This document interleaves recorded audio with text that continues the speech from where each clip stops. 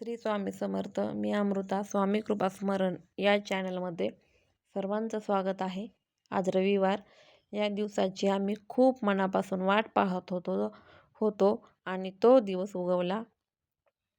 तुम्ही म्हणाल आज असं काय होतं, तर आज माझ्या घरी एका सुदृढ आणि सुंदर अशा गोड राजकुमाराचं आगमन होणार होतं आणि त्याच्याच तयारीमध्ये माझ्या घरातील सर्व सदस्य होते. अगदी लहानांपासून मोठ्यांपर्यंत प्रत्येकाचा चेहऱ्यावर एक वेगळाच आनंद आणि उत्साह होता. आम्ही सर्वजण त्याच्या तयारीमध्ये होतो. लहान मुलांनी तर बाळाची एंट्री झाल्यानंतर काय करायचं इथपर्यंत ठरवलं होतं. आम्ही मस्त रांगोळी काढली, नंतर फुलांच्या पायघड्या घातल्या, मस्त बलून्स फुगवले, त्याचे फ्लॉवर्स बनवले आणि अशा प्रकारे गेटला लावले. पुढे तुम्हाला फुलांच्या पायघड्याही दिसतील. खूप सुंदर असे कमी वेळेमध्ये आणि खूप पटकन असं हे डेकोरेशन सर्वांनी मिळून केलं.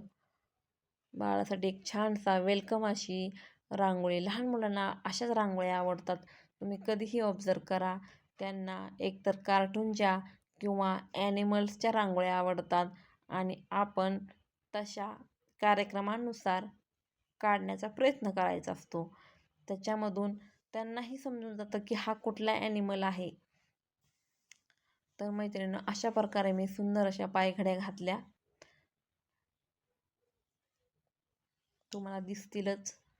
नंतर पुढे तुम्हाला बाळाची रांगोळी काढली. त्या रांगोळीमध्ये आता काय फुल मस्ती हा मेसेज दिला. माझे लहान मुलं घरातील त्या मेसेजला खूप हसत होते. वा, किती सुंदर असं मेसेज दिलंय असं बोलत होते. नंतर पुढे बेबी बॉय असं रांगोळीमध्ये मी ड्रॉ केलं होतं. पुढे पायऱ्यांवरती पाकळ्या टाकल्या होत्या. पुढे फुलांपासून स्वस्तिक बनवली होती. नंतर कलश ठेवला होता, जेणेकरून बाळ जेव्हा एंट्री करेल तेव्हा ते माप ओलांडून बाळाने आतमध्ये एंट्री करायची होती.